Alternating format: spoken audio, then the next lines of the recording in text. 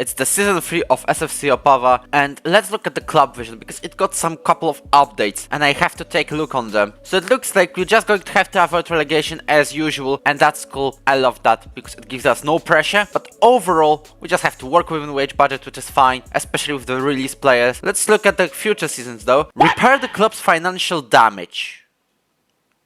And it's already passed. What just happened within these 3 days between I got the vision and I passed it? We just have minus $500,000 in the balance? We had like minus 4 million. So we're starting the season with nearly no transfer budget, but at least have a significant wage budget. I do not plan on making too many transfers this window, apart from a new right back and maybe a winger. I also knew we were going to use loans. A winger did come. Jonathan Robert is a great and also versatile player who can play on both wings, as well as a centre mid and striker. The only thing that he could be better on is finishing, and not getting injured right after coming to the club. I was also prepared to let go Miloš Kopečný, and using an intermediary, we got an offer for 250k. Acknowledging the fact it was Al Riyadh from Saudi Arabia, I decided to double the deal, and it got straight up accepted. To replace him, we brought in Jovan Milkovic from Opava?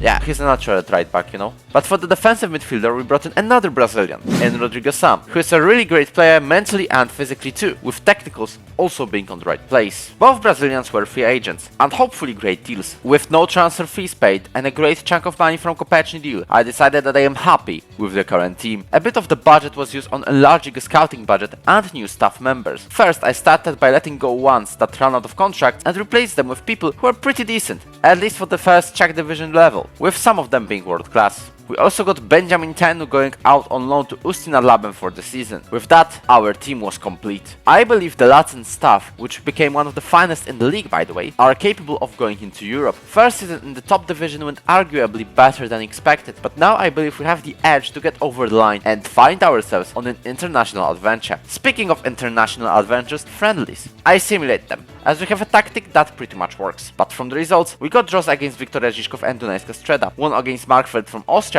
and took part in a friendly cup. We lost twice, but on penalties and after a penalty. We got ourselves prepared for the season and got the match sharpness. Despite all the movement, we are still predicted to finish 15th.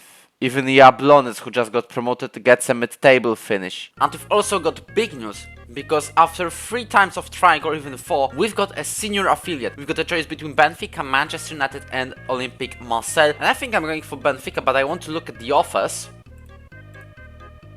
And you know what? Not only financially, but also when it comes to the players you can get, I think Benfica is the best choice. Because we've got loads of players you can get on loan, we get the scouting knowledge of them, and also they are paying us the highest fee. And that's what I actually like about it. So we're taking Benfica. Our first game of the season was against, you guessed it, newly promoted Jablonec. Despite all the chances we were creating, we considered first. But it was offside. It was 0-0 after half-time, so I decided to bring in Miloš Jirkal for Marek Fiala. Miloš became a super sub, scoring not 1, but 2 goals to give us a 2-0 lead. And between those goals, Nemanja Ilic also scored, but it was disallowed. Literally a minute after Jirkal scored his second, Drchal pulled one back. I told the players to just see out the game, which would be an easy task given a red card for Fernando Rodriguez. So, just see the game out, lads. Nothing to worry about. That went well. At least we started with a point more than last time out, when we also bottled a win against Dynamo Czeskie Budějovice, who, guess what? We played next. And Quadri Adediran had the game of his life, starting with 2 goals into his account, separated by this equalizer from Filip Blecha. We responded quickly with this corner at least. Unsuccessful cross led to David Stepanek getting a ball in the edge of area and scoring this banger. But Adediran did not stop, collecting 4 goals total in the first half. Our defense was in a sorry state, which was confirmed by Martin Kralik scoring this half volley. And it's not like we are just getting battered with no response. Imagine the score if this went in. Or this went in. Or this went in. Šipos, Dynamo's goalkeeper, had a game of his life basically. And then the usual, dressing room atmosphere is bad, just shut up, please. We're playing Slavia Prague next, you don't want to ruin it, you know. In possession for Slavia Prague, now Pech runs forward already with a yellow card. Holeš dribbles inside, almost scores it. Well, that was the only highlight of the first half, which is promising, although Slavia Prague are getting much better chances than us. as we've got second highlight of the 87th minute. So I hope nothing happens out of this. Just take the ball. Long ball sent to Mati Polida as he wins it in the middle of the right side of the pitch. Now pass to Jirka, but Jirka did not get to this pass.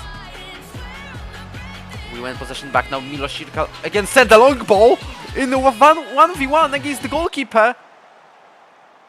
But he saves it, Sanchez. Sanchez catches it easily, and I hope this is where the highlight ends. It does end, but it's not the end of the game, as Wojtinho takes the ball for Slavia Prague. But if we didn't get this chance scored, converted into a goal, then I don't know what we will, because we're now just losing the game, or not, because Link has just hit the crossbar, sorry, the post, and we're getting more highlights in the dying stages of the game, and I'm not even watching what happened here. And how did they hit the crossbar again? Polidar, well, lost a free kick, but at least it's a foul, which stops any Slavia attack. And I think we're also incredibly lucky in this game, but also incredibly unlucky, because we could have easily won, as well as lost like 3-0 at the very end of the game.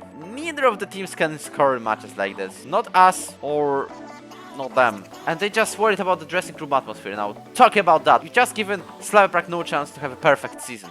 After 3 games into the season, we may be sitting as low as 11th, but the games overall showed some promise. As long as we don't battle easy wins, like the one against Jablonec, and we fix the dressing room atmosphere, we will be fine. I think we can truly qualify to the top 6, which would give us a huge chance to play in Europe.